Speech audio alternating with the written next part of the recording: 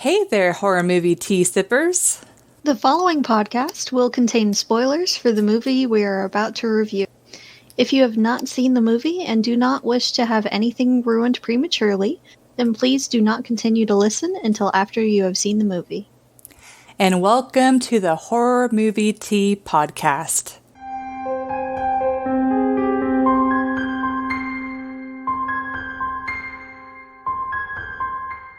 We are covering Death of Me today, which is on Netflix.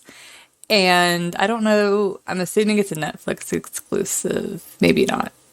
Anyways, it's on Netflix. That's how we watched it. And before we get into that, let's get to the tea.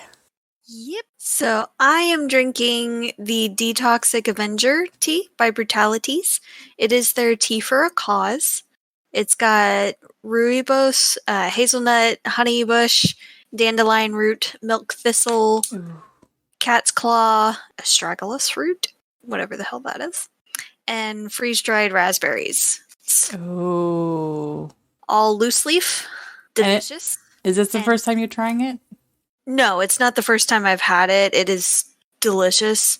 And what makes it even better, 40% of the sales for this tea is donated, usually to animal shelters in the area, but they have also helped people with financial issues with medical bills for their pets.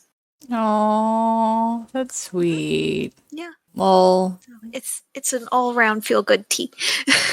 Man, I can't follow up with that. I'm drinking the gunpowder green tea by Numi, and they're fair trade. That's all I got. Though I know, like, the bag, I think, is more decompostable than, like, normal tea bags, and the bags aren't bleached like most tea bags are. Which is kind of a disturbing thought. It's like, bleached. Like, how do you make sure that that's safe? Yeah, you rinse it really, really well afterwards, then it's safe. And I'm sure the bleach is diluted. Yeah, well, even if it's safe, though, I wonder, it must have some sort of environmental impact, I would imagine, as well. Maybe at the plant itself, when they're using it and rinsing it. But yeah, if it's fully rinsed... Oh, yes. Safe, then it should be fine. No, yeah, that's what I mean. It's like either at the plant, or maybe if it's like a smaller animal that's like eating the bag after, you've tossed it, if that could. Well, again, if they've rinsed it enough, then it should be safe. You said it's biodegradable, right? Yeah. Yeah, so once you throw it out, it should be fine. Yeah. Oh, sorry, I wasn't talking about the Numi tea. I was talking about, the Numi tea bag is biodegradable, but like regular tea bags are bleached. But anyways, it doesn't matter. Summary. We're trying to cut down our episode time, guys, so we're going to just be moving right along. We can carry on this conversation after the podcast, I guess, if we so wish. Let me get my caffeine first. God, get on with the summary, please. All right, so you're following these two tourists, and the movie starts off with them mentioning this typhoon that's coming, and they wake up, they're covered in dirt. It's a Airbnb room, looks like a tornado went through it, and they are like, they're like, we don't care what happened, we're just gonna go and try and catch the ferry. Well, their passports are missing, and so they're stuck on the island trying to figure out what happened. Pretty early on in the movie, they end up finding footage from the husband's phone of the waitress giving them this really weird drink, and the wife a pendant. And later on in that night, you see the couple have sex like out in the open in this yard, but then he like chokes her to the point that he like breaks her neck. You can hear it snapping, and then he buries her. And of course, they're both like, what the heck is going on? Like, she's standing right here, but she's covered in dirt. So it obviously happened. Like, what the heck's going on? So you're kind of like following, and the whole movie, I mean, it's a beautiful, like where they shot it in Thailand. I'm assuming it was actually Thailand that they shot it. Absolutely beautiful. And the soundtrack. But anyways, come to find out that the husband, she had seen him kill himself, but she thought it was a hallucination. But it ended up that he did really kill himself. And then she became pregnant, and she's like, what the heck is going on? I can't get pregnant. And they're like, well, it's the magic of this island. And they essentially are like, you know, the reason why because they kept on repeating throughout the movie, we haven't had a typhoon in like 200 years or more. Well, the reason is because they have sacrifices to stop the typhoon from hitting the island. And she was the chosen sacrifice. And she ends up escaping and then dying on the boat because the pendant comes off. But then it's put on at the end, and then it's like a cliffhanger where she ends up like gasping for air. But so yeah, that's a pretty good summary, I have to say. But entertainment.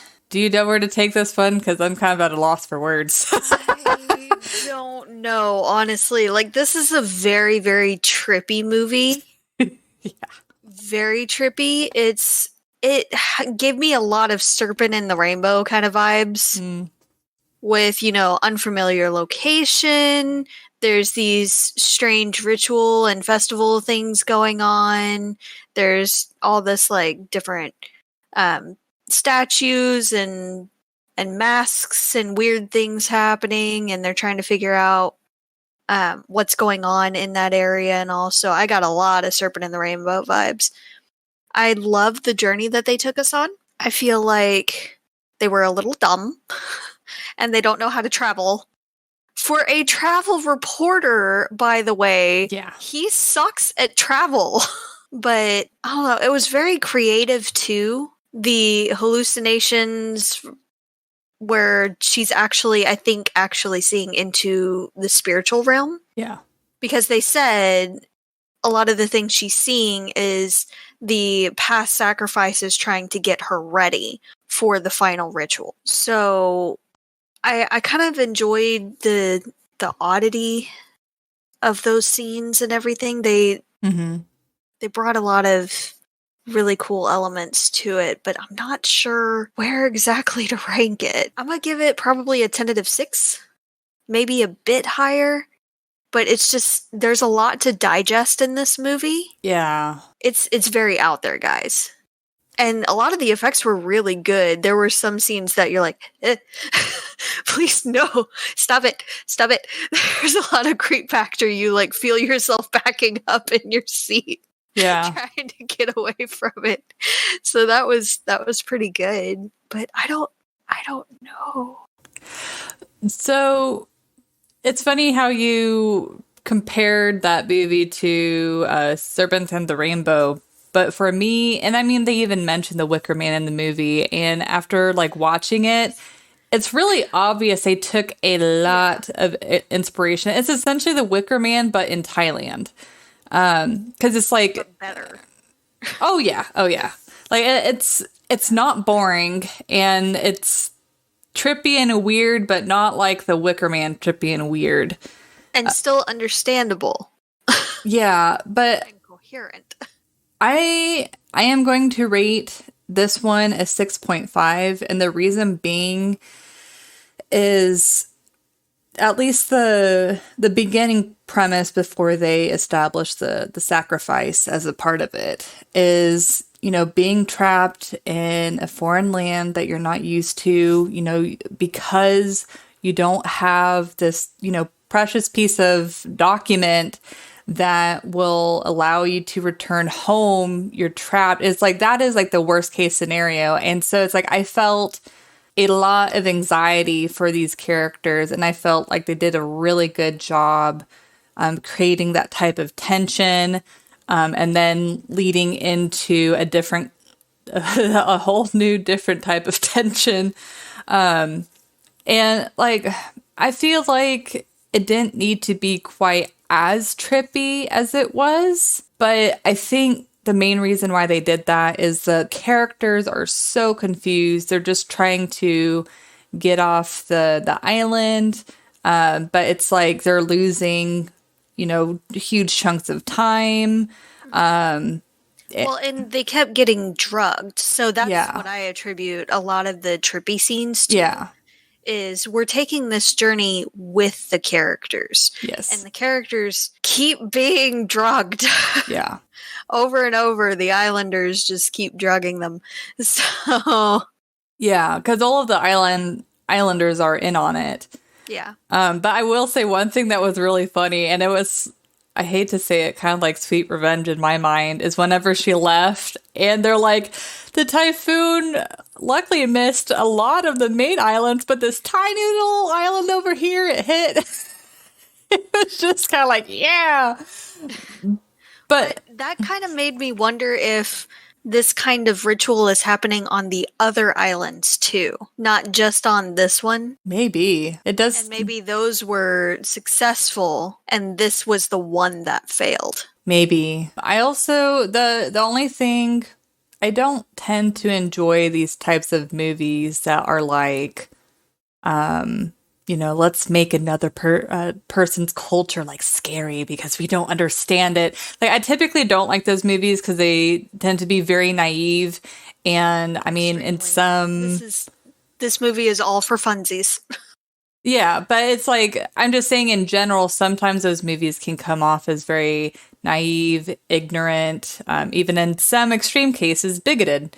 Yeah. But I honestly don't know too much about Thai culture, and so I don't, I can't say definitively whether or not this would be offensive to someone who was Thai. So it's like, I don't know if they saw this and they're like, oh yeah, like we have like legends of this, but it's not an actual thing. Or if they're like, oh yeah, they completely made that up. Like, It would be an actual thing in modern times. well, that what I mean by like an actual thing, as in like there's legends about it, and it's like could almost be as much of a tradition to kind of like quote unquote like act it out, because there are some cultures that do that. That's fair. But I don't know, I kind of got the sense that they had made up that particular idea, but I don't know. The idea of sacrifice to appeasing some kind of event, like a volcano erupting or giant storm or something of the like, it's not unheard of. Yeah. So, I mean, I get it. And there's hundreds of other movies that have the same kind of premise. Yeah. I've never heard of Thailand ever being the focus, though. Like, No. from It's always other more obscure places. yeah, it's like, as far as I'm aware, there's nothing I know about their culture that would indicate that they would even have ritual sacrifice in their past at all. But like I said, I'll admit that I'm naive to their culture, and I don't know for sure. I know I am. I know next to nothing about their culture. Looked like a beautiful place, though. I don't know if they shot on so location beautiful or what, but if I could just live there, that would be gorgeous. Mm-hmm. That Yeah. place is beautiful. I would love anyone who is well informed on Thai culture or is Thai themselves. I would love to know how wrong or messed up they made the movie. I do kind of get the sense. Very wrong, but we'd love to hear it. I do kind of get the sense that they put kind of a bad light on that culture. But I mean, they did the same with the Wicker Man. Like, they're like, oh, it's evil pagan. So not my favorite, but it's not like other movies of the same caliber haven't done very similar, if not the exact same thing. But again, it's a movie. It's all for funsies. We didn't take any of it seriously at all. Oh, yeah, of course. Most of it was bull. But Yeah. it was still an interesting movie and fun to watch. The journey that they took us on was very interesting, and the way they did it was way better than The Wicker Man.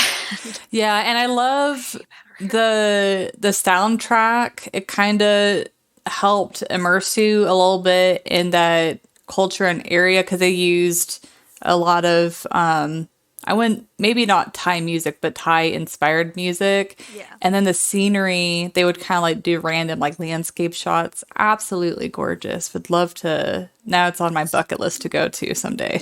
And they really upped the creep factor in the movie with all the masks that all the kids were wearing. Yeah. In scary movies, 9 times out of 10 for me, what makes the movie creepier are the kids. Yeah. So they nailed it with the creepy masks and the kids running all around, acting very happy, and it's festival, and they probably don't quite understand what's going on, but they really believe in it. So, I mean, you see a couple of the islanders, including kids, giving her a hug. Yeah, and then they give her gifts and stuff like that. Yes. Like this movie, it isn't, I know one of the tags that Netflix put, it's scary, but it's not outwardly scary. It's very unsettling. Yes, it's very unsettling, and there's a little bit of creep factor. But a lot of the creep factor comes from, like, the unsettling masks, the quote-unquote hallucinations that turn out to be actual things, and, like, the gore kind of things. Yeah. When the husband cuts into himself, or when they're sewing her eye shut. Oh, God. That was unpleasant. And I actually kind of like that scene because instead of outwardly being like, this is all what we're going to do to you, is that you saw those previous sacrifices and what they looked like. So as they start, you're like, oh crap, you know exactly what they're trying to do to her. Yeah, it's basically telling her this is what you're going to become. Yeah, it's a nice, more subtle way to do it rather than let's, explain all of this stuff with exposition and, and take you out. It doesn't necessarily need to be said. You just see her grab the thread when she's tied to the pillar, and you know exactly what's coming. And of course, they go for the eye first. Of course. So they're stitching her eye closed, and you're hearing her scream and all, and they just keep cutting into just random snippets of shots of the eye where there's thread and all, and you're like, please stop, please stop, please stop. Yeah, I'm glad that, they definitely show a lot, but they leave a lot of it up to your imagination. Yes. So that actually really helps in this situation, especially. Yeah. So... it was bad to watch, but it wasn't like, let's just have the camera stuck on her eye as we're sewing it. Yeah. Yes. They did it very well. It really upped the factor there, the creep factor and unsettling. Though, did they ever explain why they sew, the eyes in the mouth? Is that, I would be... the ritual. Yeah, I'd be interested to know why that would be. I want to know what exactly was going on, because they said she was pregnant, but she kept saying that's impossible.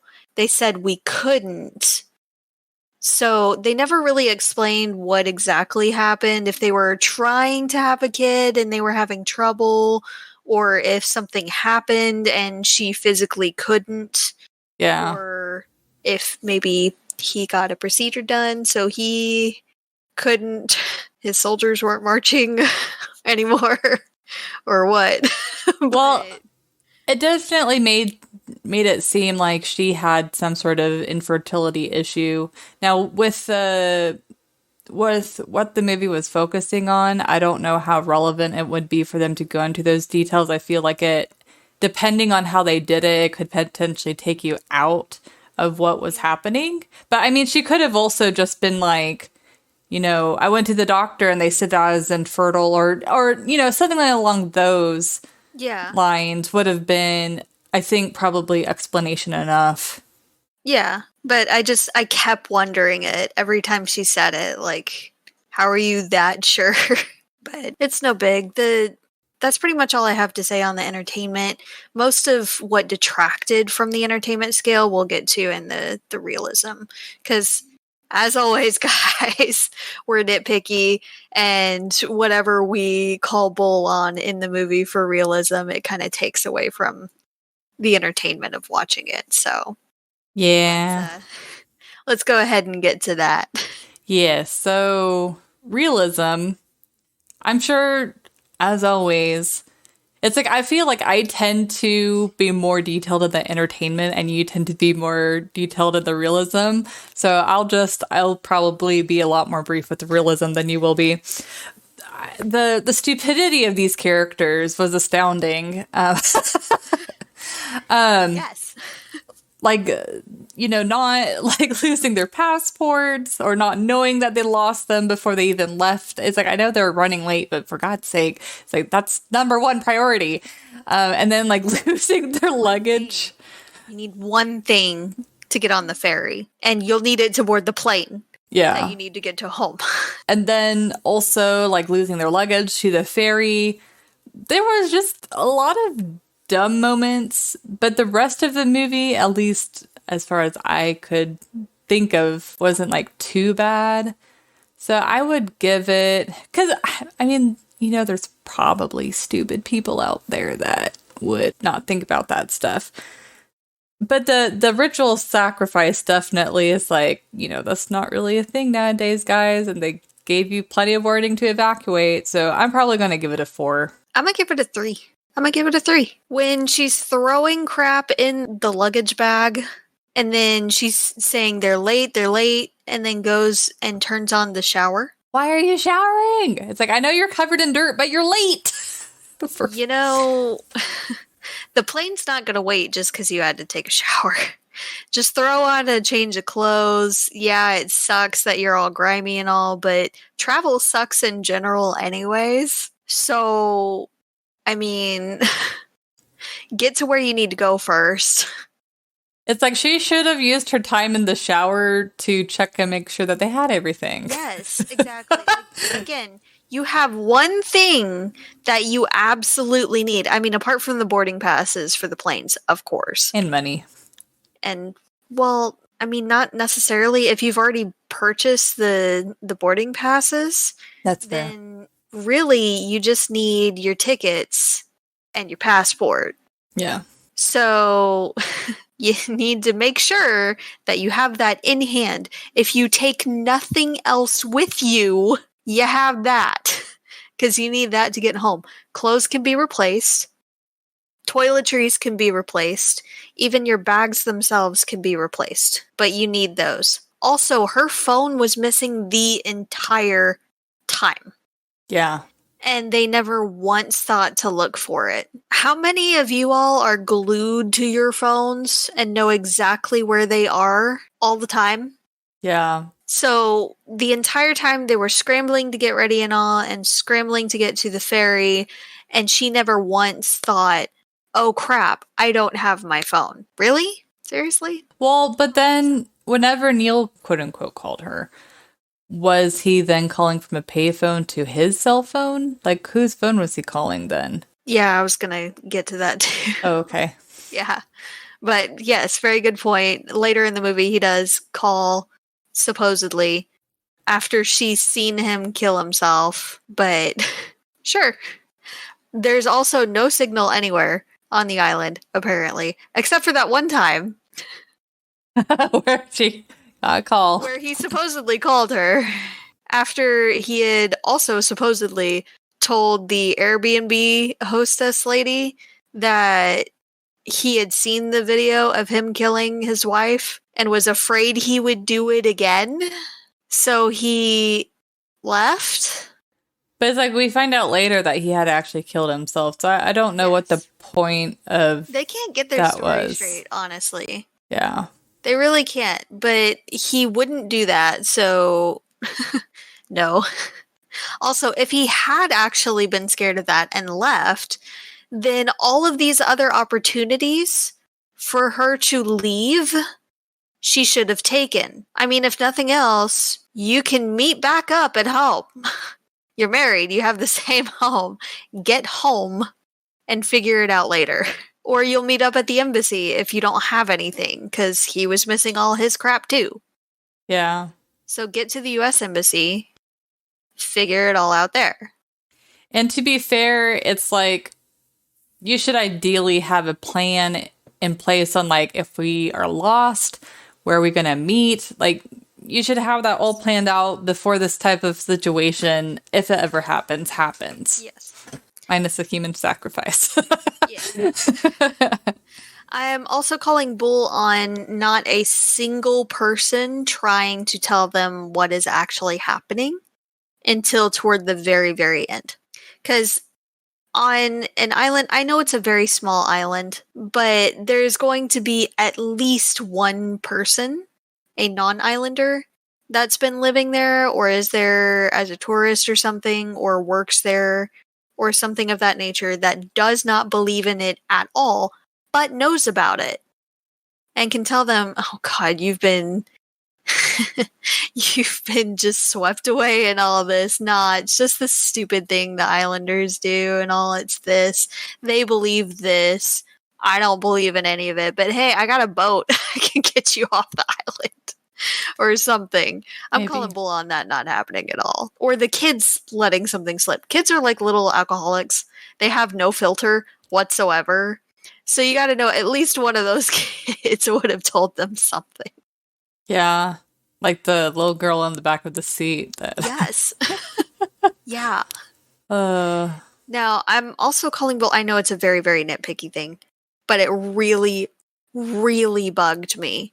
The scene right before the husband kills himself, while he's standing on the dock, there's this islander guy that is filleting a fish. And he's doing a horrible job of it. And it just really bugs the ever-living crap out of me. He's lived on that island probably his whole life. And that's probably one of their biggest sources of food, like meat, is fish. And you're going to try to tell me that he doesn't know how to fillet a fish to get the most meat possible? I'm calling bull. Because there was a ton of meat left on that fish. And there was like one fish that he was filleting. No. No. Also, they apparently only have one cop on the island. Because that's the only police officer we've seen the entire movie. Yeah. They only have one doctor, too. As far as I could tell. That I can kind of believe.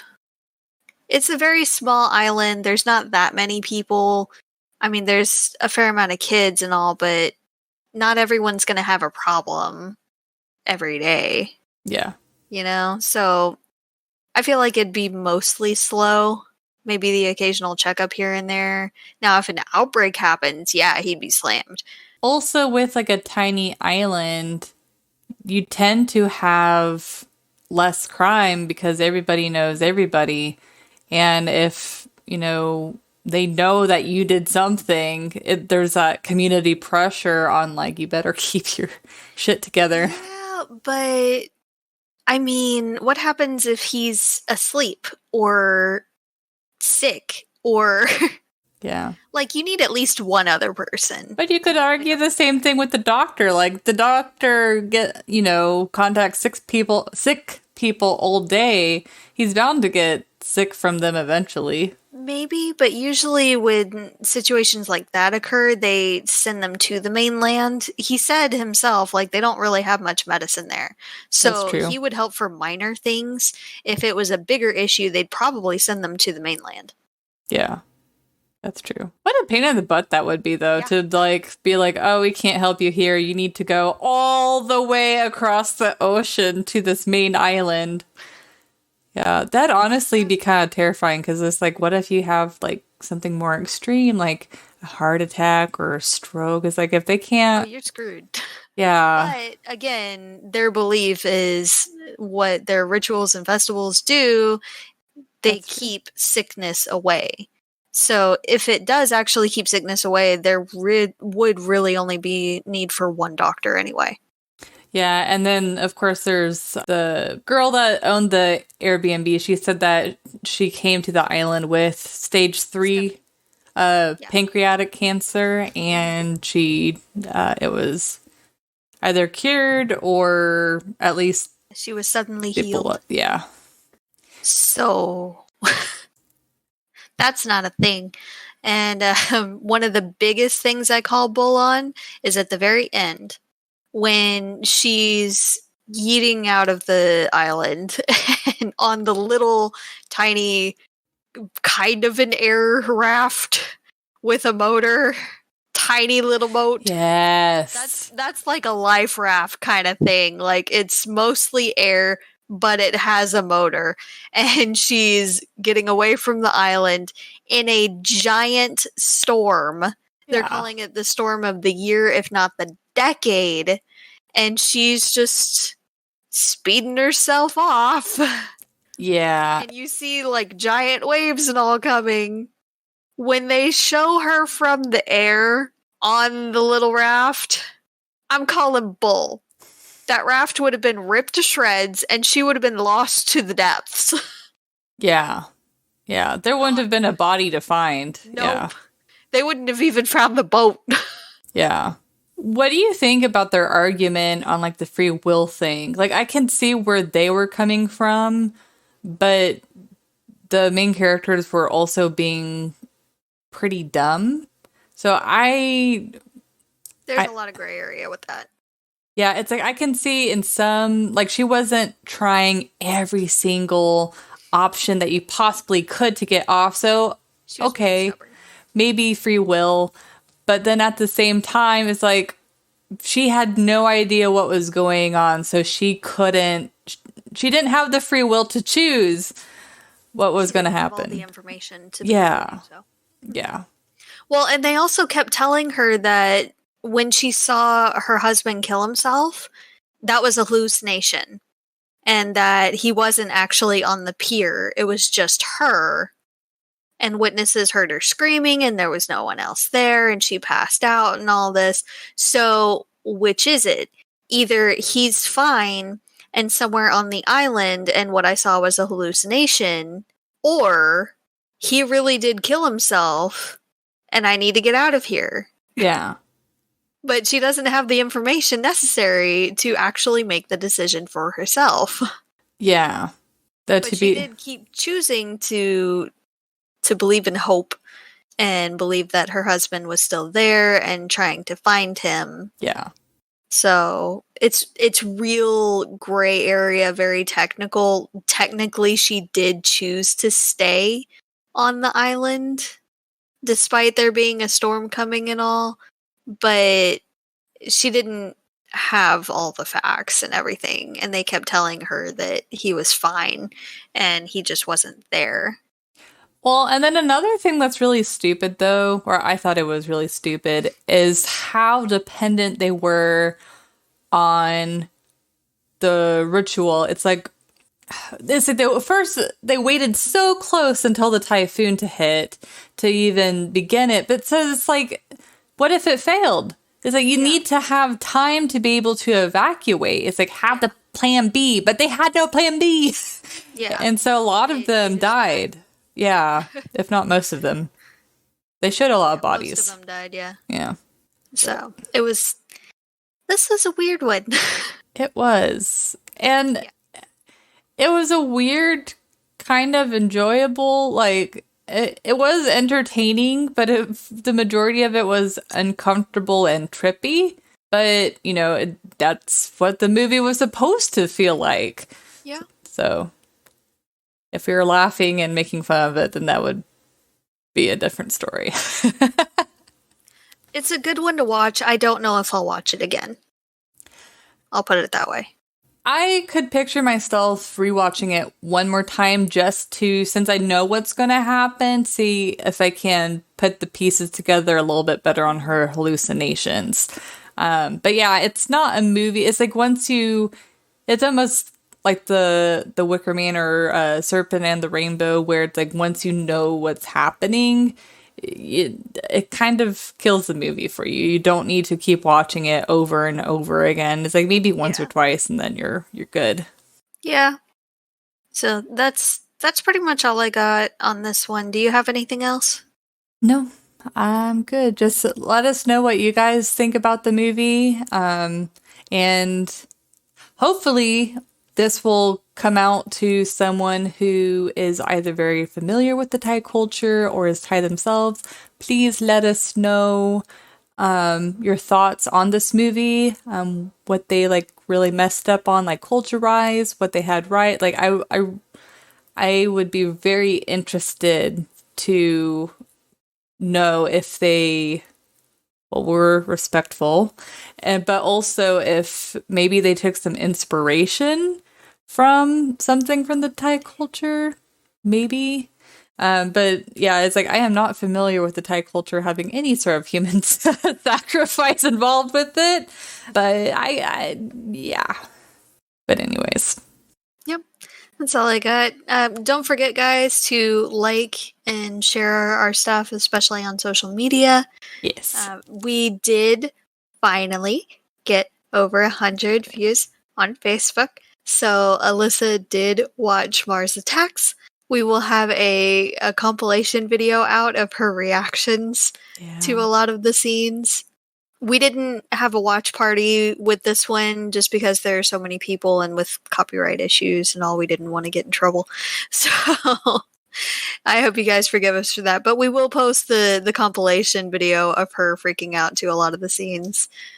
So be sure to look for that, guys, if we haven't posted it by now already. And if you have any other suggestions on movies that you want us to watch and review, of course, please let us know. Until the next time, guys, stay safe and stay spoopy. Bye!